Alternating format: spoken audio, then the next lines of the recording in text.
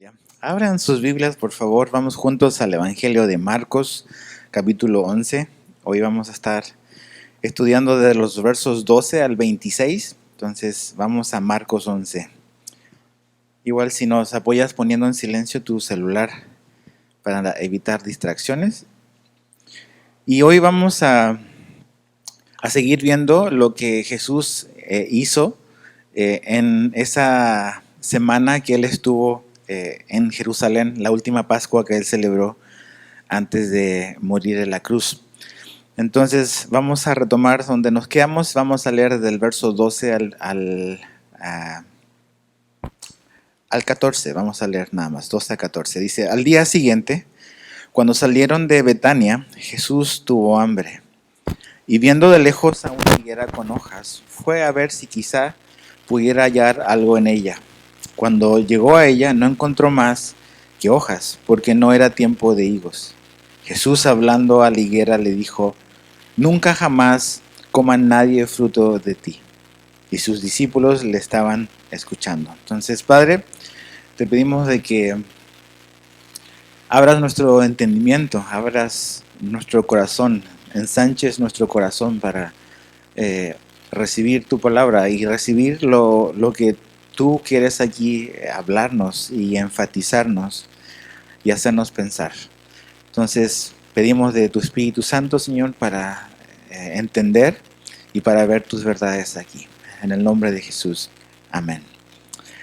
La semana pasada vimos una parte tan importante en el ministerio de Jesús, tan significativo por lo que representa en la entrada triunfal a Jerusalén, y cómo cuando Jesús hace eso está reconociendo y está comunicando que efectivamente Él es ese Mesías que está prometido en el Antiguo Testamento, y cómo realmente Él es como el cumplimiento de todo lo que se anticipó en el Antiguo Testamento. Entonces, en estos días que Jesús va a estar en Jerusalén, van a ser días muy ocupados, con muchas cosas que Jesús va a decir, bastante directas y confrontadoras. Y una de esas cosas, y a lo mejor si has leído los evangelios, una de estas historias, o estos momentos más bien, como un poco extraños, que a veces a lo mejor se nos puede dificultar un poco entender, es precisamente este incidente, cuando Jesús como que maldice a esta higuera que se encuentra en el camino. La historia y el momento básicamente es que Jesús pasó la noche en Betania, esta aldea como a unos 2 o 3 kilómetros de Jerusalén, donde estaba la familia de Lázaro, estos amigos de Jesús. Jesús tendía a dormir en ese lugar. Y él sale en la mañana rumbo a Jerusalén, y dice el texto que Jesús tenía hambre. Y que cuando van el camino, en la ruta rumbo a Jerusalén, a lo lejos Jesús ve esta higuera que tiene hojas verdes, y al ver las hojas verdes Jesús decidió acercarse a la higuera para recoger algún tipo de fruto. Pero cuando se acercó lo suficiente y cuando llegó a la higuera, se dio cuenta que la higuera, aun y que tenía hojas verdes, no tenía ni un solo fruto. Y en ese momento Jesús le dice, nunca más produzcas fruto para nadie, ¿no? Y de hecho los otros evangelios hablan de la maldición de la higuera, y eso fue algo que le llamó la atención a los discípulos. Ahora, algo muy interesante si prestaste atención en la lectura, dice el comentario de Marcos aquí, es que no era el tiempo todavía de los higos. Entonces tú dices, bueno, ¿qué onda con Jesús? ¿Por qué como que dice esto en contra de la higuera si no es el tiempo todavía de que haya frutos? ¿Se levantó Jesús de mal humor ese día por no tomar desayuno? No. ¿Se le bajó el azúcar? No, no se le bajó el azúcar. Es simplemente Jesús está, a través de lo que Él está haciendo aquí, está dramatizando una parábola, por decirlo de alguna manera. Está actuando algo, representando gráficamente y ahí presencialmente en vivo una parábola que tiene que ver con algo que Dios va a hacer con la nación de Israel. Aunque Marcos, que es un comentario de Marcos, que dice que aún no era el tiempo de los higos, el árbol tenía hojas verdes. Es la razón por la cual Jesús se acercó. O sea, si una higuera tiene hojas verdes es porque es tiempo que ya está produciendo algún tipo de fruto. Todavía no es la época de los frutos tal cual, pero en Israel lo que ocurrió era 2 meses antes de que los higos estuvieran maduros, ya habían frutos en los árboles, habían frutos verdes. Y los campesinos pasaban y agarraban de las frutas verdes y se las comían. Era parte de lo que también los campesinos comían. Yo me acuerdo cuando yo era niño en el campo de mi abuelo había sembrado muchos árboles frutales y me acuerdo que los manzanos, que eran lo que más me gustaba, claro, ellos daban su fruta en el verano en Sudamérica, que es enero y febrero, pero ya en diciembre o noviembre había manzanas verdes y nosotros cuando éramos niños agarrábamos las manzanas verdes y nos las comíamos con sal. O sea, ya había algo para medio echarte al estómago. Y es lo mismo acá. La higuera daba fruto, empezaba a dar fruto, aunque florecía y estaba listo para cosecharse en 2 meses más de aquí. Este es el mes de abril, es la Pascua. Ya antes ya tú podías obtener algo y estaba verde la hoja. Es la razón por la cual Jesús se acercó. Y eso es muy importante en la historia. Esta es una higuera que tiene hojas verdes, que tiene toda la apariencia de que tiene frutos, pero cuando Jesús se acerca no hay absolutamente nada de qué agarrar. Entonces, ¿qué es lo que hace Jesús? Jesús maldice la higuera, básicamente. Ahora, si tú llegas a una historia como esta y dices, órale, qué arbitrario fue Jesús, como que qué radical.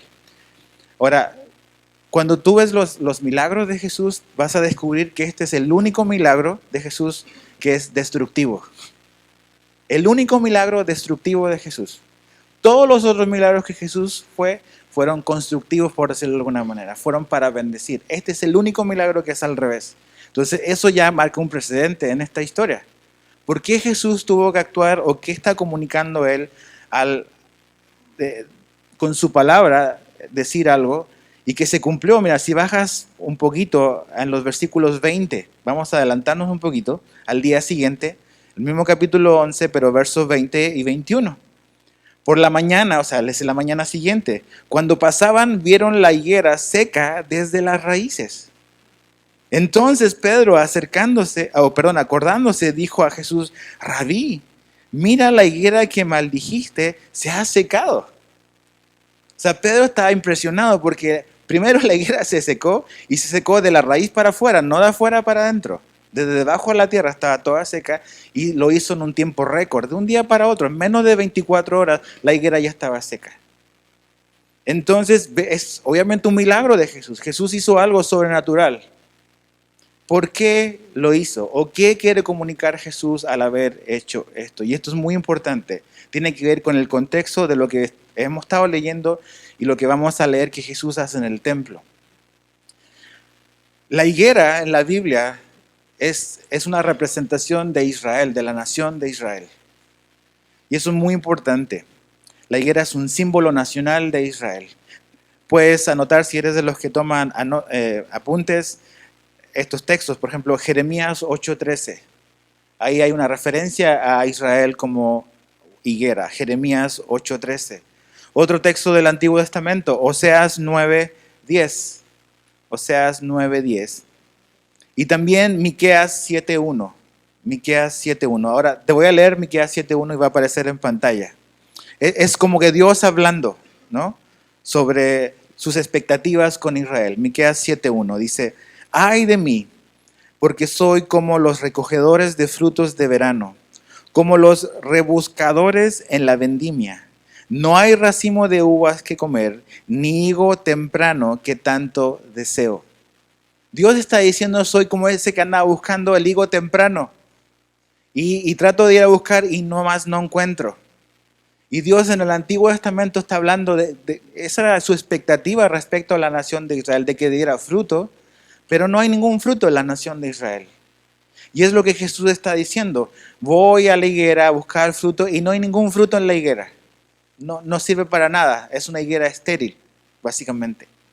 Entonces, Jesús, a través de esa higuera que es estéril, por eso el mensaje de hoy se llama la higuera hipócrita, porque tiene hojas verdes y da la apariencia de que tiene que dar fruto porque está verde, pero no tiene un solo fruto.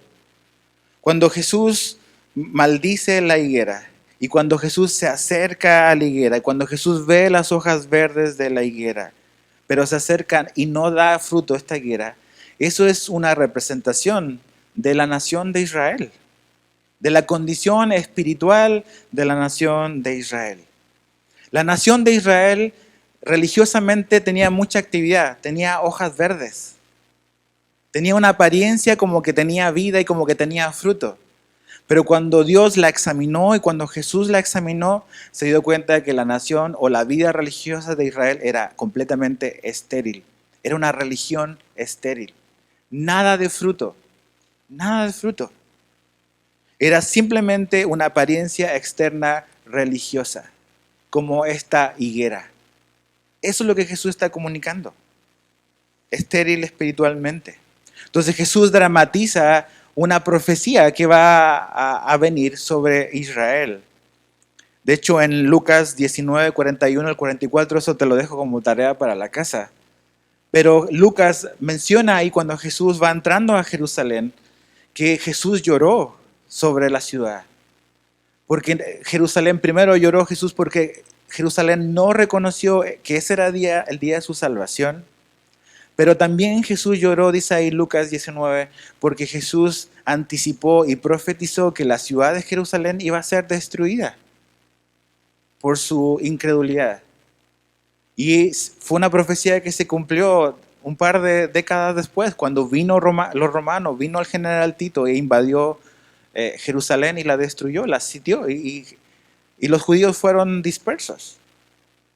Entonces, eso era parte del juicio de Dios a una nación incrédula.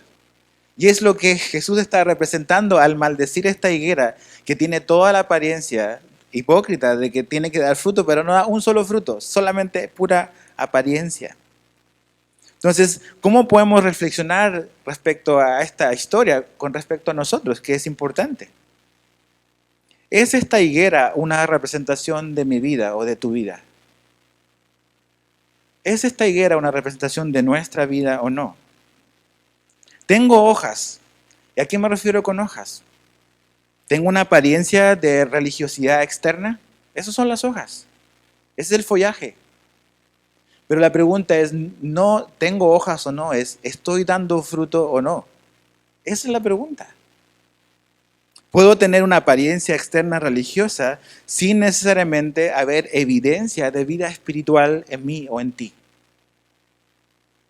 Entonces creo que la manera en que Jesús actúa y se mueve en esta situación tan así como que parece como que muy drástico y muy directo, debe de hacernos pensar de qué es lo que Dios espera de nosotros también. O sea, la nación de Israel tenía toda una herencia espiritual de haber tenido acceso a la revelación de Dios, a Dios mismo, a su palabra. ¿Y qué hicieron con toda esa herencia espiritual? Endurecieron su corazón y no quisieron creer y no produjeron el fruto que Dios tenía como un propósito para sus vidas.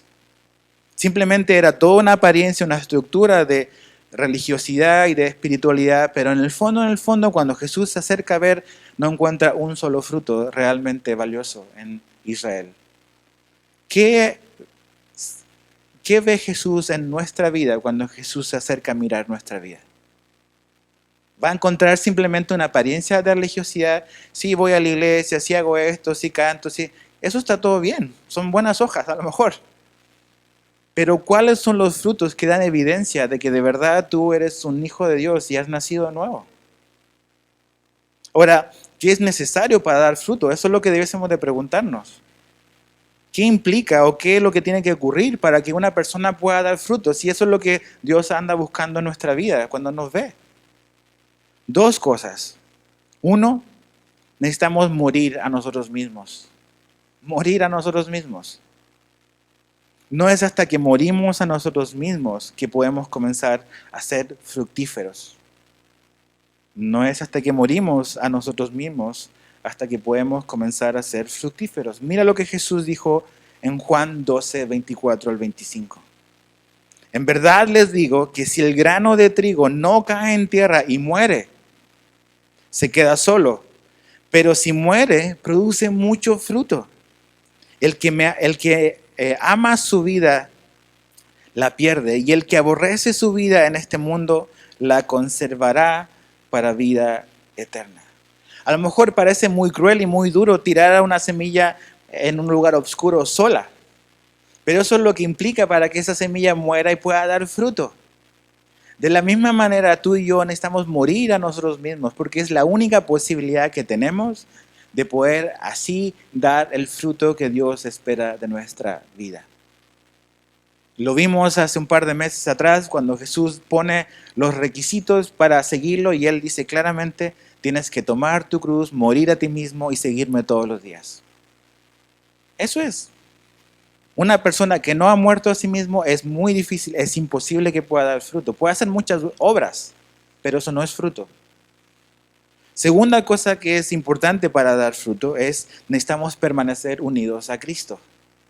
Necesitamos permanecer unidos a Cristo. Jesús dijo en Juan 15:5, yo soy la vid, vosotros los pámpanos. El que permanece en mí y yo en él, éste lleva mucho fruto, porque separados de mí nada podéis hacer.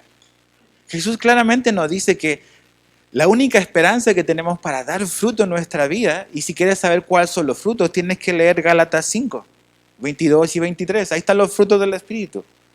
Amor. La única esperanza que tú y yo demos frutos es tenemos que morir a nosotros mismos y tenemos que estar unidos a Jesús. Unidos a Jesús. Sin Jesús, sin una unión, sin una comunión con el Señor, nunca vamos a poder producir fruto. Jesús es muy claro, nada podemos hacer separados de Él. Entonces, ¿cómo podemos producir fruto? Ahí está. Dos cosas sencillas, profundas, pero que entendemos. Ok, no se trata de mí, tienes que olvidarte de ti mismo. Si solo estás pensando en ti, si solo yo estoy pensando en mi vida, y si soy egoísta, si solo se trata de que todos hagan lo que yo quiero, eso no es morir a ti mismo, nunca vas a poder producir fruto. Necesito entender estas dos cosas. Entonces, Jesús está hablando de esta higuera, de la nación de Israel. Ahora, hay un paréntesis, nos brincamos un poquito al 20, pero mira lo que encontramos en el verso 15, que es una demostración del punto de la higuera estéril. ¿Ok? Verso 15, llegaron a Jerusalén y entrando Jesús en el templo, comenzó a echar fuera a los que vendían y compraban en el templo. Volcó las mesas de los que cambiaban el dinero y los asientos de los que vendían las palomas. Y no permitía que nadie transportara objeto alguno a través del templo. Y les enseñaba diciendo, no está escrito, mi casa será llamada casa de oración para todas las naciones. Pero ustedes la han hecho cueva de ladrones. Imagínate. La denuncia de Jesús. Jesús entra en el templo y hace esto. Lo hace por segunda vez. El Evangelio de Juan capítulo 2 nos menciona una vez anterior en la cual Jesús hace eso. Agarra látigos y empieza a agarrar a latigazos a la gente que está ahí. Esta imagen del Jesús así como que tiernucho, que como que no tiene, le falta un poco de carácter. Ese Jesús no existe. Jesús es muy tierno de corazón, pero estas cosas nos muestran que tenía carácter. Y dice que hizo dos cosas. Cuando lees, por ejemplo, Mateo 21, Marcos 11, esta porción, y Lucas 19, y pones todas las cosas juntas, vas a tener un buen panorama de lo que hizo Jesús. Y básicamente podemos resumirla en dos. Número uno, dice que Él echó a los vendedores y a los compradores también, y eso es muy importante.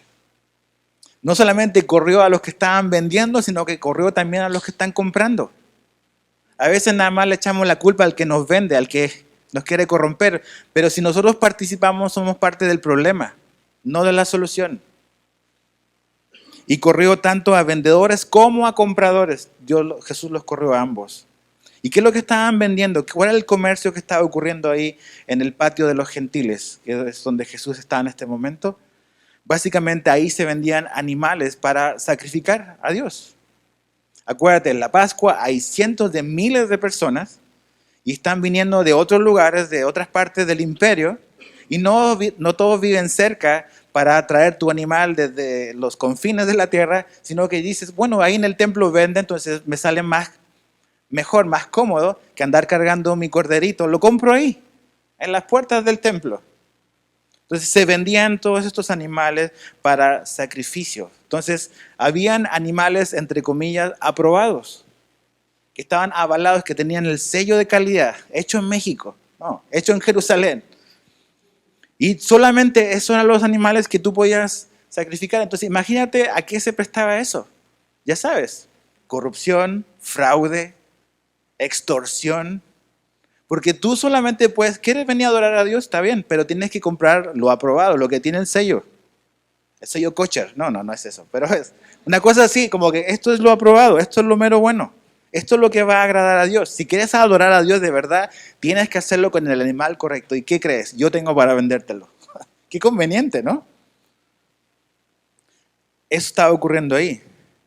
También dice que volcó las mesas de cambio. ¿Qué es lo que eran eso? Eran como casas de cambio, como las que vemos en la ciudad. En el tiempo de Jesús habían 3 monedas que dominaban esa parte: las monedas romanas, las monedas griegas y la moneda local. Pero si tú querías comprar, decías, vengo por mi animalito, vengo por mi palomita. Ah, ¿traes dólares? No, los dólares no sirven, muchacho. Tienes que cambiar tus dólares a moneda local. Y te cambiaban, ¿y qué es lo que hacían con el cambio? Te castigaban con el cambio. Te castigaban con el cambio y ya perdías, ahí había una utilidad, un negocio para los que cambiaban, y después podías comprar tu animal para adorar. Era todo un negocio, toda una cosa corrupta y turbia que estaba ocurriendo ahí. Entonces, en el templo, en el lugar que en el Antiguo Testamento y antes de la cruz de Jesús es un lugar emblemático, donde representa la presencia de Dios y el punto donde se va a adorar a Dios, hay corrupción, hay fraude, hay extorsión, hay todo esto. Y cuando Jesús entra, se indigna. De hecho, la semana pasada vimos que cuando Él entró y llegó a Jerusalén, fue a ver al templo y vio todo lo que estaba pasando, pero no limpió el templo ahí, sino que al día siguiente Jesús no actúa impulsivamente. Vio y analizó y al día siguiente hace esto.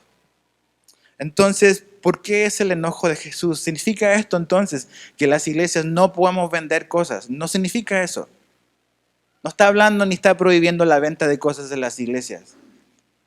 Lo que causa el enojo de Jesús es que hay todo un sistema religioso que está operando, que es falso, que es corrupto y que es mentiroso. Si alguien viene aquí y alguien te quiere vender algo y te dice, tienes que usar esta Biblia, porque si usas esta Biblia, realmente Dios te va a hablar. Ok, huye de esta iglesia, por favor. Ahora, si alguien te dice, te vendo esta Biblia porque creo que el español es un poco más entendible, no tiene ningún problema. Pero si alguien te quiere vender algo y te quiere hacer creer que si tú compras y pagas por eso, vas a estar más cerca de Dios y que Dios va a aceptar tu adoración, ese es el problema. Y eso era lo que estaba ocurriendo acá. Y eso fue lo que indignó tanto a Jesús. Hay todo un aparataje, todo un sistema de religiosidad mezclado con negocios, con todo. Esa es la higuera de hojas verdes que Jesús dice. Que da una apariencia de que como que tiene vida, pero cuando Jesús se acerca a ver, ¿qué es lo que encuentra? Encuentra comercio en lugar de oración. Jesús se acercó a mirar y a inspeccionar el templo y no hay oración. Lo que hay es puro negocio, puro tranza, puro fraude, puro aprovecharse de la gente. Por eso Jesús estaba molesto. No hay fe, no hay fruto, no hay oración. Ahora, ¿cómo cayó eso en los religiosos? Verso 18, fíjate. Y los principales sacerdotes y los escribas oyeron esto y buscaban cómo destruir a Jesús, claro. Pero le tenían miedo, pues toda la multitud estaba admirada de su enseñanza. Cuando atardecía, Jesús y sus discípulos solían salir fuera de la ciudad. La corrupción religiosa, ¿qué pasó? Se sintió amenazada, obviamente. No sé si has oído hablar, pero hay un historiador judío del primer siglo que se llama Flavio Josefo. No era un cristiano, era un judío que trabajaba para los romanos y sus libros de historia de los judíos son muy importantes leerlas a veces para entender un poco lo que ocurría en el primer siglo.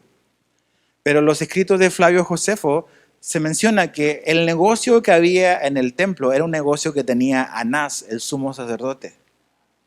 En los tiempos de Jesús habían dos sumos sacerdotes. Estaba Anás, que era como una figura como el sumo sacerdote, como que honorario, ¿no? Era el que los judíos reconocían como su máxima autoridad, por decirlo de alguna manera. Pero a la par con Anás estaba Caifás, que era el yerno de Anás. Pero Caifás había sido puesto por los romanos. Los romanos se entendían con Caifás, ¿no? Entonces, Anás tenía el negocio que había en el templo, dice Flavio Josefo. Entonces, cuando Jesús viene y empieza a correr a la gente, ¿el bolsillo de quién está afectando? El bolsillo del sumo sacerdote. Leía un artículo que se escribió hace mucho tiempo que haciendo como equiparando las ganancias de lo que se ganaban en ese tiempo, el sumo sacerdote más o menos de pura utilidad de los negocios que tenía en el templo hubiese ganado el equivalente a $3 millones al año por lo que se hacía los negocios que operaban dentro del templo. Entonces, evidentemente, cuando Jesús viene y los corre y les tumba su negocio, están indignados. Y dice que procuraban matarlo, destruirlo. De hecho, es como que más dramático. Pero no lo hacían porque la popularidad de Jesús los refrenó un par de días nada más.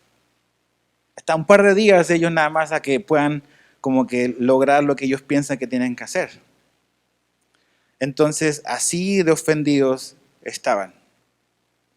Ahora, dice que Jesús se quedó ahí y que básicamente salió y a la mañana siguiente, versos 20 y 21, lo volvemos a leer rápido. Por la mañana, cuando pasaban, vieron la higuera seca desde las raíces.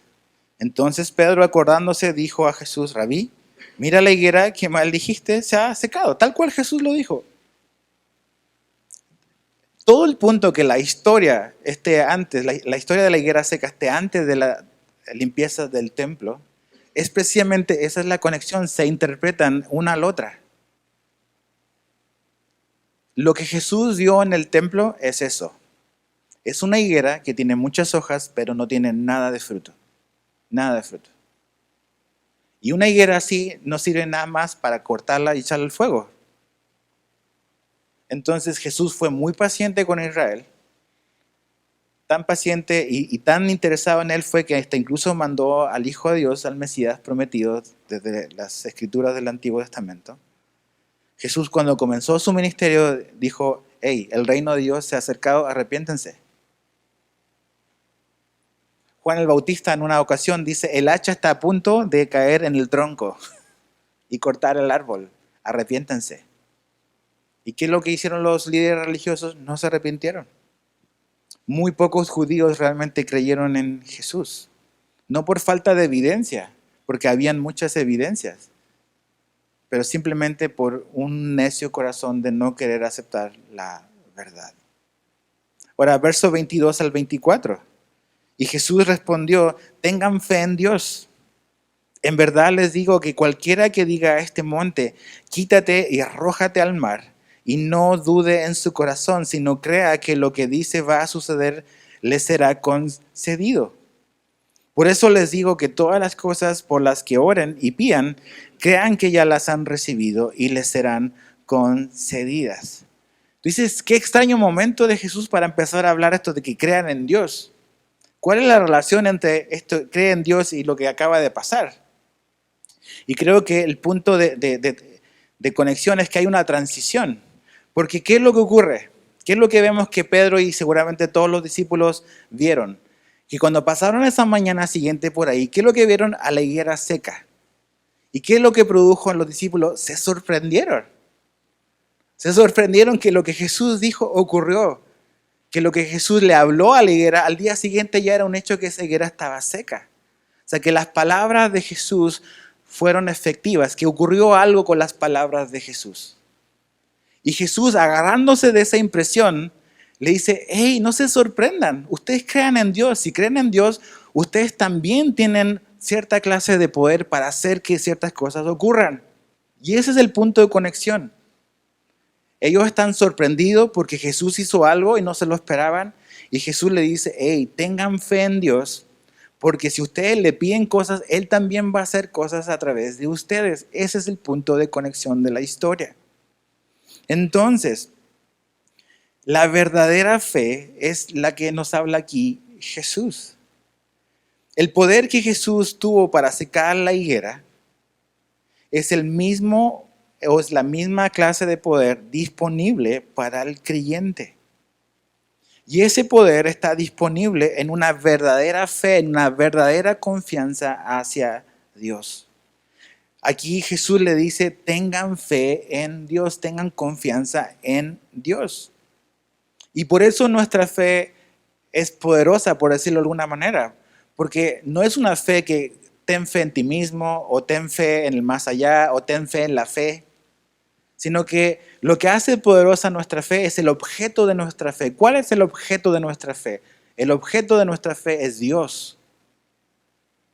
La gente puede tener fe en lo que quiera, en el sol, en el viento, en el fuego, pero no tiene ningún tipo de poder, porque esas cosas no tienen poder.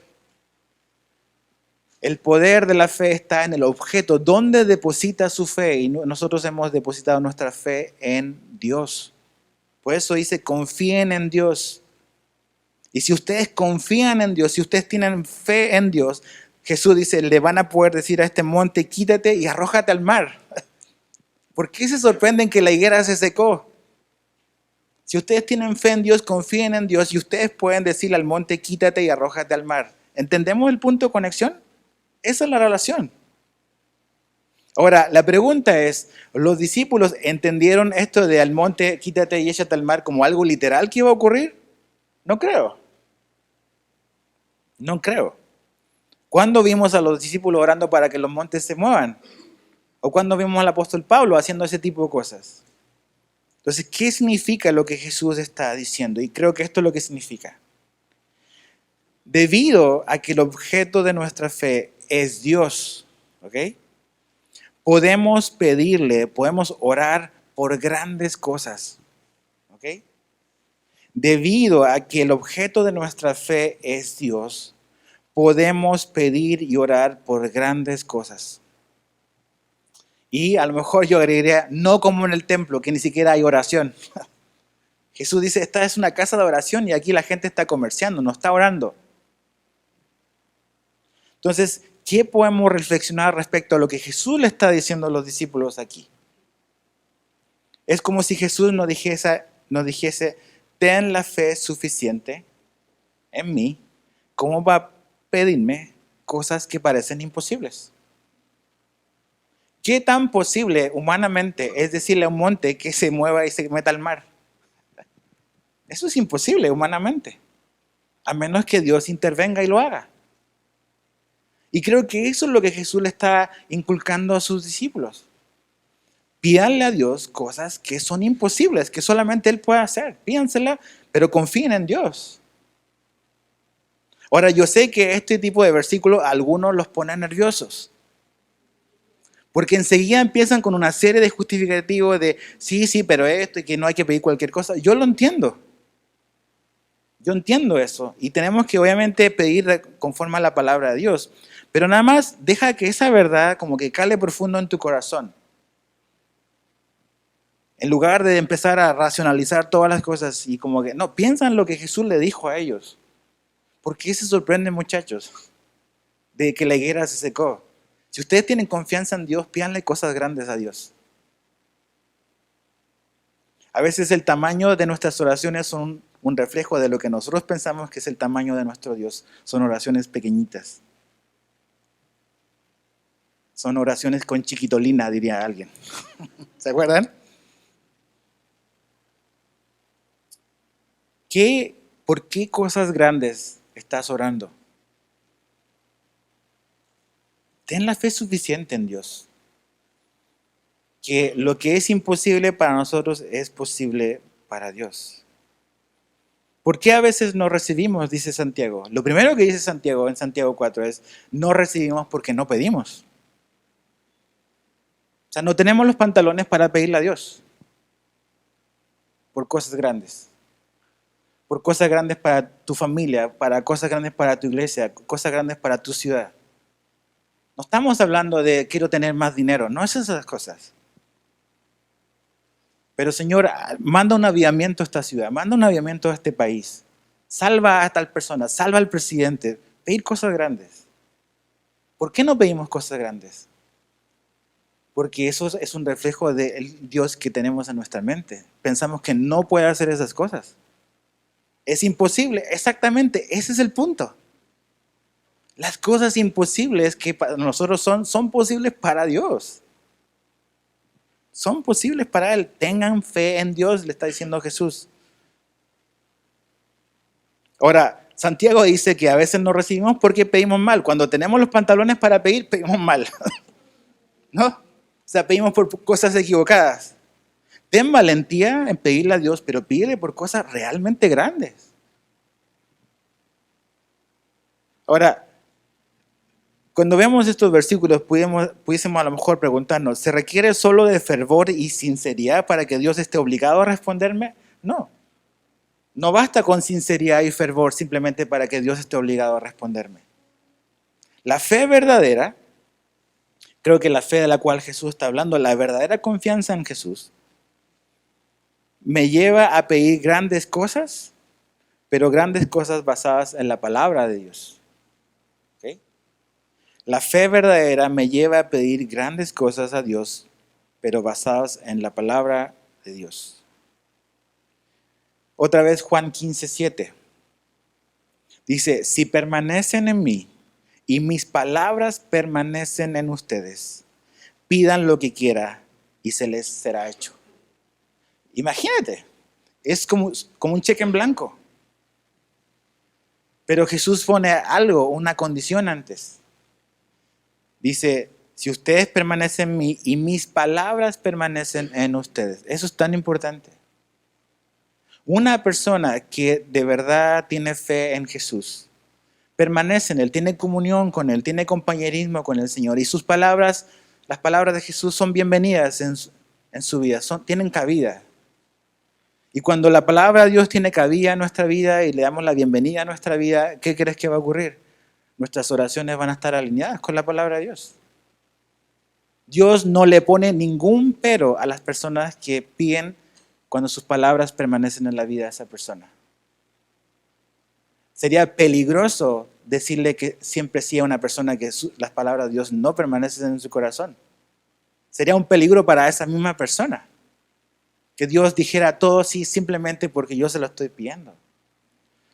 Pero Dios nos dice y dice, pídeme lo que quieras, sí, tú permaneces en mí y mis palabras permanecen en ti. Entonces es importante, pero ok, entonces analicemos nuestra vida de oración, nuestras peticiones. Señor, te pido que bendigas mi vida. Ok, está bien. Te pido que bendigas la vida de mi familia. Ok, ¿cómo? ¿Qué es bendición para la vida de tu familia? ¿Que tengan una casa más bonita, más grande? No creo que esa sea la máxima expresión de bendición. Eso no tiene nada malo. Pero a lo mejor a tu familia le faltan otras cosas, le falta amor. Le falta, a lo mejor hay personas que no conocen a Cristo. Esas son cosas importantes. Cuando las palabras de Jesús permanecen en mí, yo voy a orar de acuerdo a lo que yo entiendo que es prioridad para el Señor. Pero pide, no tengas miedo a pedir cosas grandes, porque tu Dios no es pequeño, es grande. Y sabes que cuando tú ves la historia del libro de los Hechos, te vas a dar cuenta que la iglesia pidió grandes cosas. Y Dios respondió. Dios respondió. Verso 25 al 26.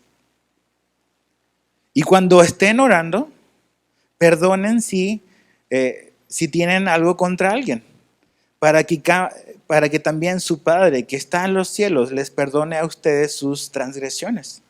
Pero si ustedes no perdonan, tampoco su Padre que está en los cielos perdonará sus transgresiones.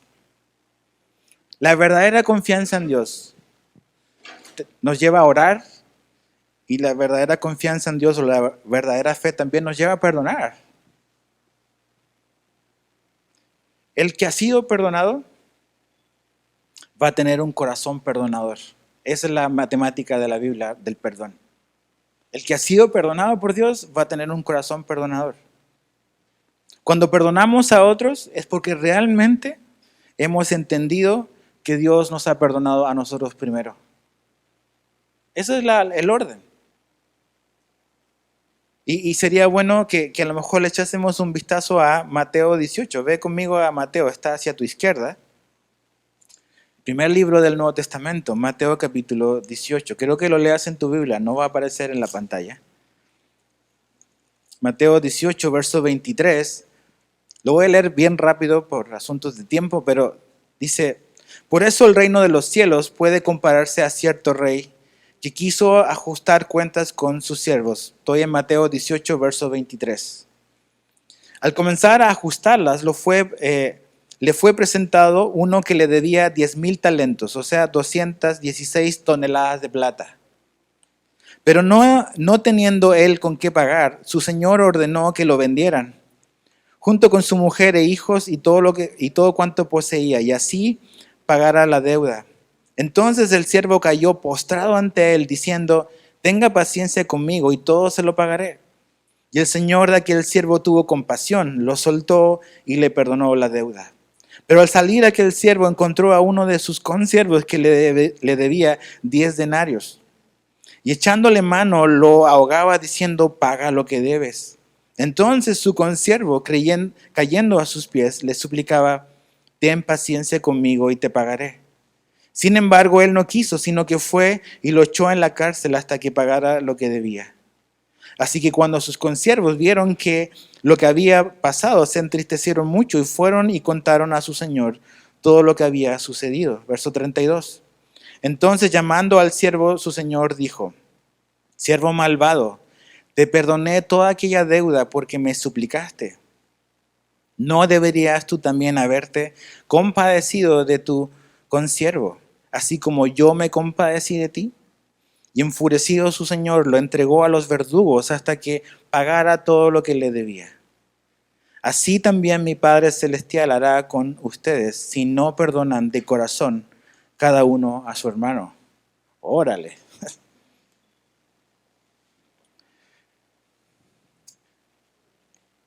El perdón que hemos recibido es lo que nos debe de empujar y motivar a perdonar a otros. Eso es. No es que el otro se lo merece, no es que el otro tiene que hacer algo, es simplemente porque yo fui receptor del perdón de Dios. Esa es la razón. Dice, y a veces pensamos, es que esta persona me ofendió grandemente. Me lastimó, habló mal de mí, no me pagó, lo que quieras. Me engañó. Y cuando estamos encerrados en que estamos heridos, estamos lastimados.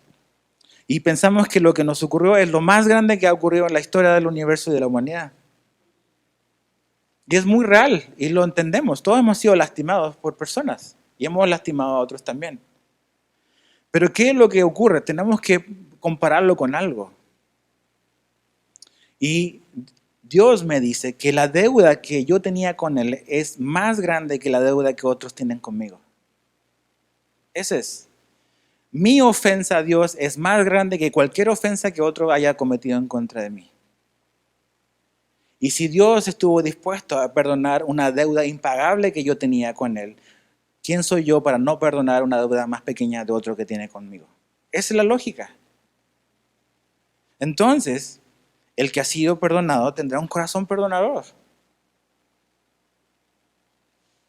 Jesús nos enseñó en su oración, Mateo 6:12, y perdónanos nuestras deudas como también nosotros hemos perdonado a nuestros deudores.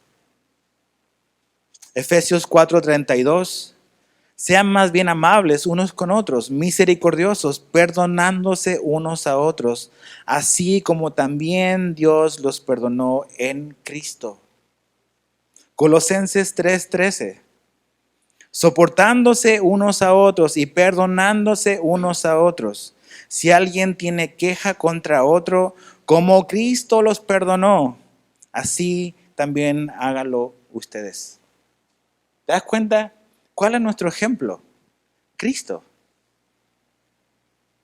Cuando nos acordamos de nuestra gran deuda que se nos perdonó, eso nos debiese de llevar enseguida y prontamente a perdonar a otros.